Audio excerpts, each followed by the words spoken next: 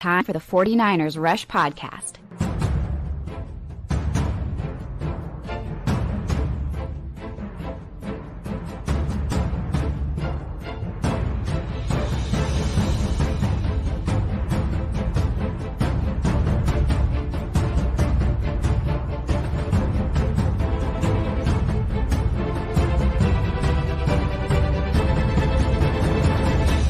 And here's your host, John Chapman. What's going on, faithful? I am here at LAX airport flying back to the mothership, and flight got delayed, so I thought I'd jump on here and just kind of share some of my notes over the weekend, which, man, it's just been absolutely crazy, but awesome at the same time. You know, you go through and you add so many new draft picks. That's huge. But at the same time, you know, there's question marks, and I think the players that were selected, whether, you know, with our regular draft picks or with the undrafted free agents, I think it tells just a crazy story. And so what I want to do is kind of decipher a little bit of that, and not so much, you know, player evaluations as much. You know, we're going to go through and we're going to do full all 22 breakdowns of every single player and full episodes on every single player. Like we'll get into that. And so, but what I want to focus on is a little bit more of the forest instead of the trees. Like, what does this story tell us after stepping back and looking at the selections, the trades, all those different things that kind of came about throughout the 49ers draft? And I think, I don't know, did the 49ers get better? Obviously, you add, you know, this many talented people. That's great. You know, you could focus on whether there were reaches or which positions they avoided, which positions they doubled down on, which that tells me probably more than anything. I don't know. And, you know, whenever I look at this, and probably my number one takeaway, if you look at, they drafted 2 slot receivers. That's their primary role. Now, they can play other spots. Jacob Cowling, for example, I think can play slot or the X, Brandon Ayuk role, which is weird because of his body type, but because he stems so well. And definitely Tank Dell's probably the appropriate comp there. That makes sense. I think he could play those 2 roles for sure, and returner. Look at Ricky Pearsall, the first-round draft pick, slot, maybe Z, right? But both of those guys are primary slot and the easiest path to playing time. And so, you know, Kyle talked about how he could even play the X, but again, I think that's a little bit more of a stretch. Now, the wide receiver position with what the Niners got, there's definitely some issues there. And I think that the team kind of showed you this is where their concern is long term. That's wide receiver position is a huge priority anytime Kyle Shanahan's going to be a part of a team, because it's, one, his favorite position. It's the first position he coached in the NFL. It's the position he played at Duke and Texas. And whenever he gets up there and they ask him to do a player comp for, you know, Ricky Pearsall, and he says, oh, well, he reminds me of me. I just think that's hilarious. And so, yeah, right here, Bro Montana, appreciate you, man. He says, you know, happy Saturday. The NFC West got better this weekend. Yeah, no doubt about that. You know, it's funny with the Seahawks, who I hate more than, you know, any team not named the Cowboys. They finally cut my Longhorn that I love in Quandre Diggs, and then they go and draft my favorite player in the entire draft in Byron Murphy, and it's just like, yeah. But that's kind of the way that it goes. Appreciate all the hashtag CCs. You guys are the best. And it's been a fun weekend. It really, really has. Shout out to the Champion Sports Bar down in Murrieta. Had an absolute blast with those guys. It was awesome. All the people that came out, man, we had a good time. It was incredible. Still recovering a little bit. It's kind of nice that my flight got delayed, so get a jump on here. And so, you know, let's talk through some of those. What's up, Raphael? Glad that you got your shirts. He won one of the trivia questions a couple weeks ago. Glad that all came through. And I like this, Richmond. He says, you know, still processing the draft choices we made, but what's done is done. Now we move forward. And again, back to this whole thing of, okay, the positions we doubled down for. We talked about the wide receivers. You drafted 2 guards that played outside for the predominant part, but both are going to be guards. Now, one of them's a guard that could play center, right? That's Dominique Puny, who you traded up for. That's awesome. And he's a damn good player. Played left tackle, played all over the spot, but a guard who could transition to center. And, then you look at Jarrett Kingston. He's a guard who can play right tackle maybe. The arm length is sub 34 inches, but almost on par with Colton McKivitz. Personally, I would prefer keeping him at guard. Both those guys left guard, right guard, right? So you put Kingston at right guard. You put Puny at left guard. You let him stay there. Kick Burford to tackle if he makes this roster. He's not a guard. Never was a guard. You kind of got lucky with what he did his rookie year, but his play has descended. He has not been developed whatsoever. So I think that's huge. So again, we're talking about these players that we cut off there. Sorry about that, guys. Yay, airport Wi-Fi. But we're talking about these players that, again, slot wide receiver is not a primary position. It's not one of the highest paid positions. Guard, while it did ascend this free agency, you got guards making $20 million a year now. Not a private. It's the lowest of left tackle, right tackle, center, and then the guard positions. You draft not one, not two. I don't know. That's crazy to me. We haven't drafted a tackle in back-to-back years. Kyle even addressed that question and said, it's hard to get these quality tackles at these positions whenever you're drafting so late. And I understand that. But at the same time, you're drafting these guards that might be able to be more than just a guard. If one of them comes out to center, great. If both of them start, that's awesome. It's kind of hard whenever you're looking at these 6th round, Jarrett Kingston. You picked him 215. Those guys usually don't do too well. Developmental, highly athletic, that's great. But I don't know. You're looking at the roster next year. Aaron Banks, expiring contract. John Feliciano, expiring contract. Ben Barch, expiring contract. Now, if you're going to move Puny to center, all right, cool. Or if you're going to move Feliciano to center, then I would love this play. Then I love it. But they're telling us they're not happy with the guard position. They're really, really not. And then the other one they doubled down on is nickel corners. Now, I know Malik Mustafa is a safety who could play corner, but then you draft, your 2nd round pick, which one of my favorite players this draft is Renardo Green. He's a slot who could play outside.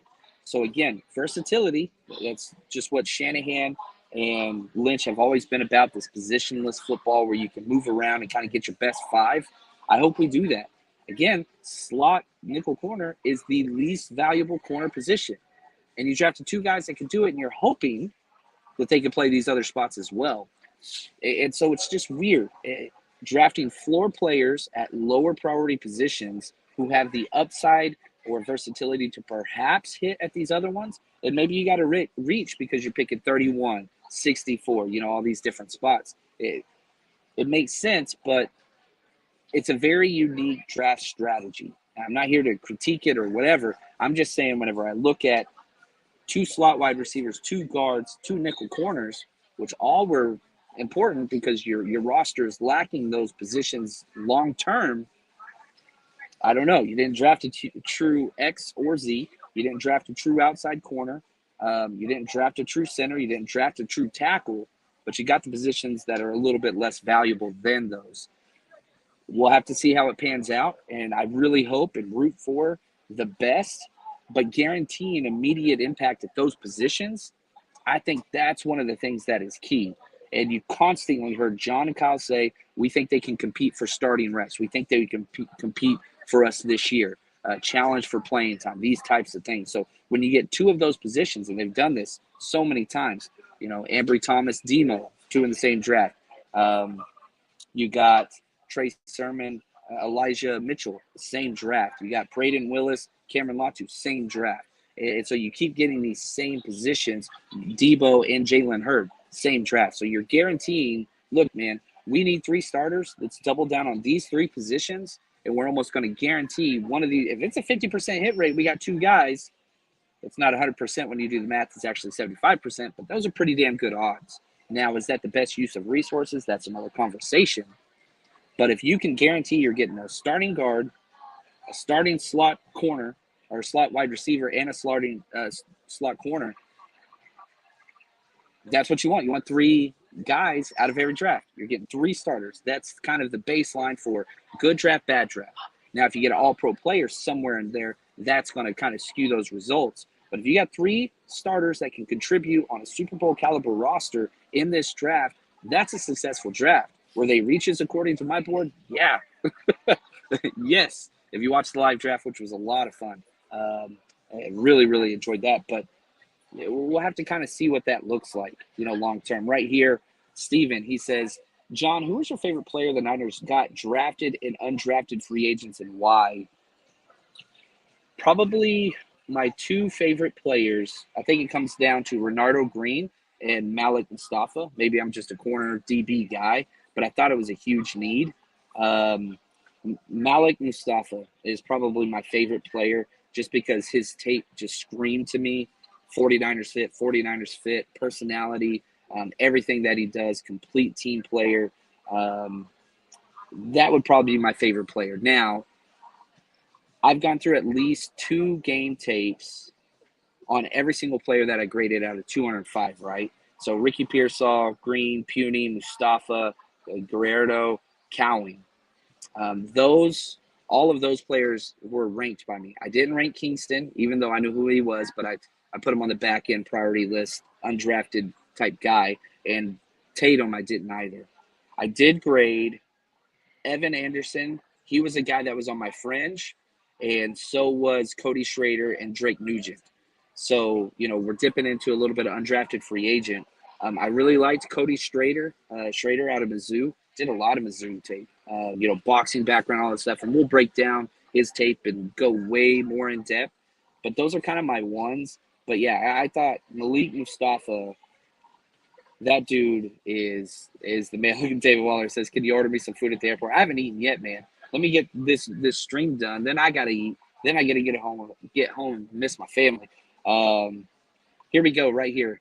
Mizell says, in your opinion, who won the draft? How many guys that we drafted will and can start? Eagles definitely got to be way up on that list. The Bears, good Lord. The Bears were awesome. Those 2 teams jump out. Who can start for us? Renardo Green, he's got the first immediate path to playing time for sure. Renardo Green. That's the guy that will start first for us. And I expect Hufanga to be back, but if he's not, Malik Mustafa, that's pretty much it. Immediate contenders. I mean, you had a solid roster starting lineup everywhere. Can Renardo Green beat out Isaac Yiadom as that third corner? Can he beat out Darrell Lder Jr. as that third corner? Those are kind of the ones that are on the fringe a little bit. So we'll kind of have to see how that looks. But, yeah, I think those are the guys that I like. Right here, Rob Louder, who joined us on our live chat, which was awesome. And he absolutely killed his draft reviews, which were just awesome. Great job, as always. He says, I don't know what hashtag CC is, but I'm going to hashtag CC the hell out of it. That's our countdown crew. We do a lot of giveaways, and whenever people put their hashtag CC, it's countdown crew. We want them to get those in early. Helps with the algorithm and all that fun stuff. But, yeah, appreciate you, Rob, all that you do, brother. This guy, draft was a solid B. I think that's fair. That's fair. I don't have a letter grade yet. I don't know if I'll do one. I've got to spend a little bit more time on the film before I can finish, kind of my assessment. Because I dive into all these players in our draft book, which is available on the 49ersrush.com and our Patreon channel. But there's more to go into. Whenever you scattershot 205 players that you're going to focus on, it's kind of skimming the surface. We try to go in as depth as we can, and there's people like Dane Brugler that do all this stuff. I got to learn more. And the number one way to do that is watch more tape. As we watch all of this tape and break down the tape, all 22 and all that stuff, that's going to be over on the 49ersrush.com. Frank Gore tiered above. You do that, we're going to have multiple games broken down of every single player we drafted in free agents. And so, I understand a lot of people are like, oh, the draft's done. We got a break. No. It's time to go to work, baby. There's nothing I like more than breaking down new tape. That's just all there is to it. Right here, Jesse says, I don't know if you saw this, but Jim Nagy, he's the one that runs the Senior Bowl, does a great job. Throughout Deshaun Jackson comp from Jacob Cowling. You get those smaller, shorter guys that are vertical threats. I can see it. I mean, he's a beast. Jacob Cowan's a beast. I don't put him in that Deshaun Jackson territory personally. I think he does a little bit more work horizontally, laterally than vertically. But again, I'm going to go to the tape, and I trust Jim. He puts a lot of time into these guys. And, one of my favorite things about him is how big of a cheerleader he is for people that go through his organization. Absolutely love that. Oh, what's up, Milo? He says, good day, mate, from Australia. He says, I think it was a solid draft pump for the upcoming season. How could you not be? How could you not be, man? I'm pretty excited. And right here, Josh, my man, he says, Nugent, who's the center from Michigan, Drake Nugent, we got as an undrafted free agent, was coached by Ed McCaffrey in Little League. There you go. Absolutely love that. And those connections are huge. Michigan, obviously, got lots of them. And so, no issues there at all. Hey, San, how we doing? I love it. And right here, Logan. Not going to lie, this wasn't my favorite draft, but I'm hopeful. Yep. You got to see how these guys plug and play. You've got to see how they get in there. And there's a lot of them that I love. This is probably my least favorite pick for sure. Isaac Guerrero could be interesting depending on how Kyle Shanahan will use him. I don't know. I think for him, returner, special teams, that's going to be his thing. Kyle Shanahan's not – if he's taking Chris McCaffrey off the field, he's putting in Elijah Mitchell, his favorite. Should be Jordan Mason, but Isaac Guerrero, home run hitter, returner, all those different things. And one of the things I can say for sure, returners are no longer an issue for the 49ers. They were. Ronnie Bell was kind of our best returner. But there's no more kick returner type builds. Yeah, there's a kick return, but it's almost like a punt return because you can't have a touchback. It's coming off a tee, which means it's easier to field, and your defenders are closer to you. So it's not so much just speed that you want anymore. Running backs are going to be a more viable option for that returner role. And so now you got Pearsall, now you got Jacob Cowan, now you've got Isaac Guerrero. Like, there are guys there that you can return immediately. You can throw in Ronnie Bell, Danny Gray, if one of them make the roster. I've got very low. Everybody wants to talk about how Pearsall and Cowan, Ayuk and Debo. I don't see it that way. And John Lynch and Kyle Shanahan, I don't think see it that way either. Maybe they could eventually get there. No. This is because your wide receiver depth was so subpar with Ronnie Bell and Danny Gray, who got worse and worse as the season went on, or seasons went on. I don't know. I'm just out on those guys. Maybe they make the roster. I doubt both do. One of them might. We'll have to see what it looks like. But, yeah, I'm just saying. Oh, man. Oh, what's up? Hey, Don Burr. Appreciate you, man. I thought the Lions had a good draft. I thought they did pretty good overall, to be honest with you.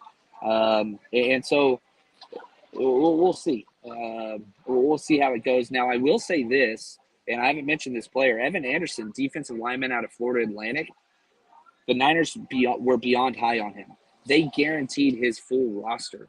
Guaranteed it. I think the minimum for a practice squad player is like $250,000 for the year.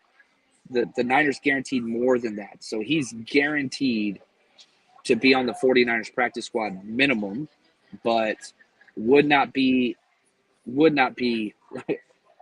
I don't know the word I'm looking for. He's got a chance to make the 53. I really, really do think he is a guy that we're going to have to see. He's a true run-stuffing defensive tackle. And, again, I talked about how the Niners didn't draft any defensive linemen at all. They've got a lot of bodies in the building, but he's one that could just be a straight-up run-stuffing defensive tackle that you could put in. I really, really do like that they got him. Sticking with the other undrafted free agents. Tight end Mason Pline, he's got an immediate path to play time and making the 53. He's just got to beat out Cameron Latu, who freaking head coach was kind of making fun of in the press conference. Somebody asked him, is Cameron Latu your number 2? And he's like, no, he hasn't even practiced for us. Maybe he's lighting a, fire under his rear end, but he was making fun of him openly in the press conference. So Braden Willis, Pline, and now Cameron Latu. I don't know, because tight end 2, I mean, you're literally a Kittle injury away from Braden being your tight end one. Like, you're going to be doing 4 wide receiver sets in no time. Like, that's a legitimate concern. But this was a poor tight end class. It was terrible. And nothing was really there that they liked. And so, yeah, I don't know how that's going to shape out. I really, really don't. But we'll see, man. Now, a couple other things I thought was crazy. The Trey Lance effect. You know, when COVID happened, you literally lost a year of tape, but you still had a draft. And the Niners pushed all their chips in and went and got Trey Lance. It didn't work out at all. But then you look at how Kyle Shanahan has adapted or changed his philosophy, or the 49ers, however you want to look at this. All 5th and 6th year seniors. That's all they drafted, is people that played 40-plus career games in college, which is unheard of a couple of years ago. But when the NCAA gave everybody an additional year of eligibility, you're getting 23 and 24-year-olds. It's just different. It's not like these guys haven't played or you're projecting much. And, you know, whether it's the Trey Lance effect or the Brock Purdy effect, however you want to relate that, they're valuing guys that have played more. And, you know, John Lynch talked about, used to, when a player transferred, you'd knock them down your board. You can't do that anymore with NIL. And so because of the money and, you know, players are being paid to do all this stuff, which I think is a good thing, you're getting to see them in multiple positions, multiple situation schemes, and more playing time because they don't have to sit out for a year, which was the dumbest rule in the history of the NCAA. There's so many dumb rules of the NCAA. But, no, I don't know. I'm pretty excited about this. And you've got to have hope with where these players transition to. Again, 2 slot corners. One of them's got to hit X or Y. One of them has to long term. 2 nickel corners, or you know, a nickel corner and a safety, that's got to hit. 2 guards, one of them's got to hit at center, or you got to move Feliciano to center, or one's got to hit at right tackle. If they all just stay in those, you know, slot nickel, slot wide receiver, guard, I think that we're going to look back on this draft and be like, but if you can get 1 or 2 of them, then I think that'd be key. Sorry, the airport Wi-Fi is garbage. It's what it is. I paid for the premium one too. Come on, guys. Do your thing, LAX. But I think that's going to do it for me here. I'm going to process this and get this out audio-wise. I'll be landing later tonight. And tomorrow morning, I'm going to wake up and start breaking down film. So head to the 49ersrush.com. Go sign up over there. 7-day free trial. Get the draft book. Get all the write-ups. Get the charts. Get all that. And then you're going to get the all-22 breakdowns nonstop on every single player in the draft. Learn more about them than you ever wanted to in the past. But really appreciate you guys. I know this is a quick one, but I wanted to be able to get something out today while I'm in transit. So that's what it is. So excited about the future of what's coming for the next month or so. Just breaking down a lot of film and getting a feel for these guys on and off the field. But until next time, appreciate y'all. You are the best. Stay strong, faithful.